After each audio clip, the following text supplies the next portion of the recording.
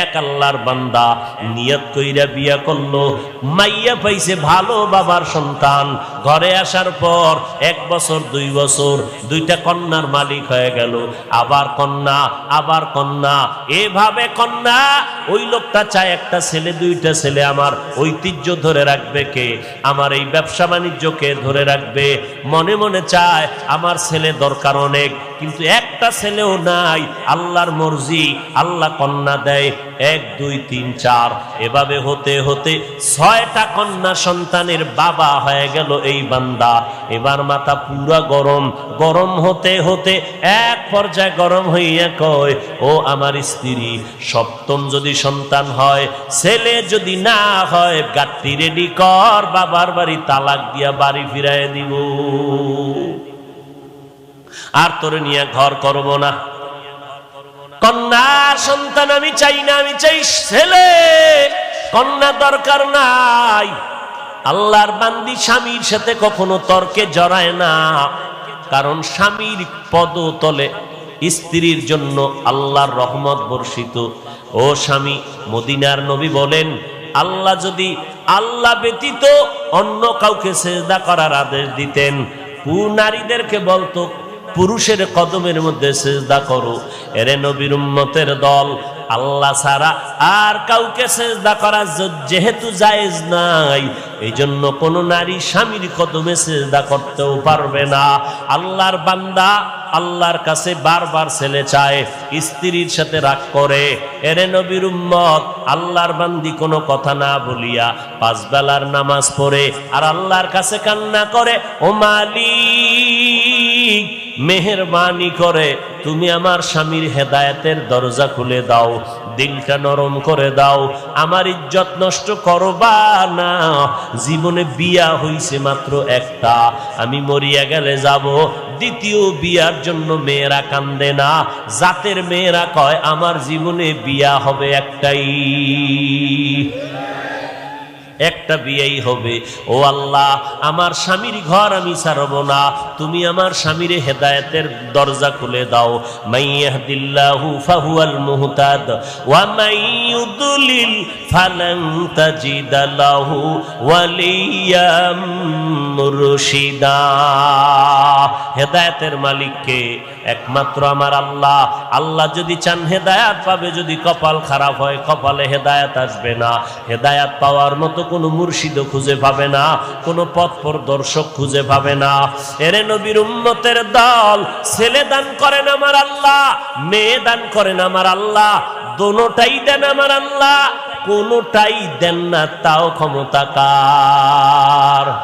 লিল্লাহি মুলকুস সামাওয়াতি ওয়াল আরদ ইয়াহাবু লিমান ইয়াশাউ ইনাসা ওয়া ইয়াহাবু লিমান ইয়াশাউ যুকুর আও ইউযাওয়িজুহুম যুকরানা ওয়া ইনাসা ওয়া ইয়াজআলু মান ইয়াশাউ আকিমা ইন্নাহু আলিমুন কাদির।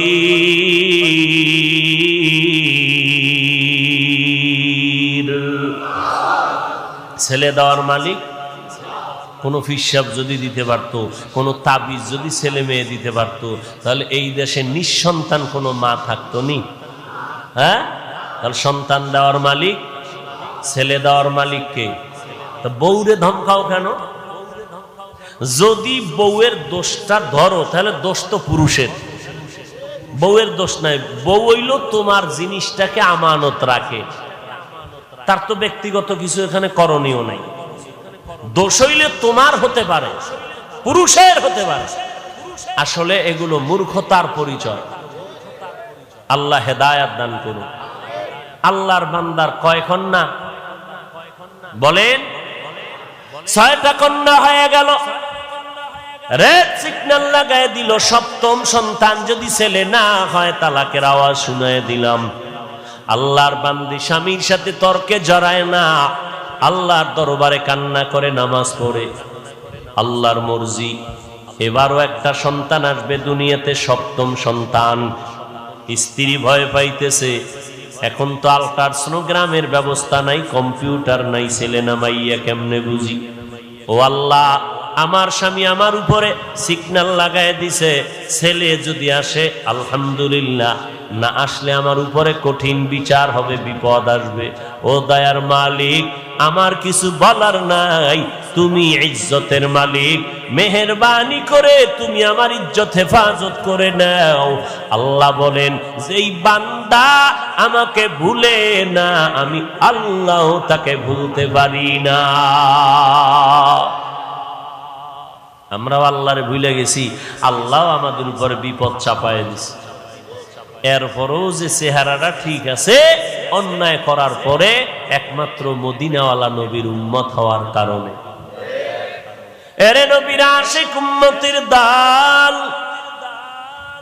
আল্লাহর বান্দি রাতের বেলা কান্নার আওয়াজ, প্রতিদিন কান্না করে, আল্লাহর দরবারে চোখের পানি কবুল হয়ে গেল। ওই সন্তানটা দুনিয়াতে আসার খুব নিকটে সময় যখন ঘনিয়ে গেল, ওই আল্লাহর বান্দা একদিন রাতের বেলা মরণের ঘুম দিছে, এমন হুঁশ নাই। আল্লাহর কুদরতের চাবি ঘুরায় দিলেন।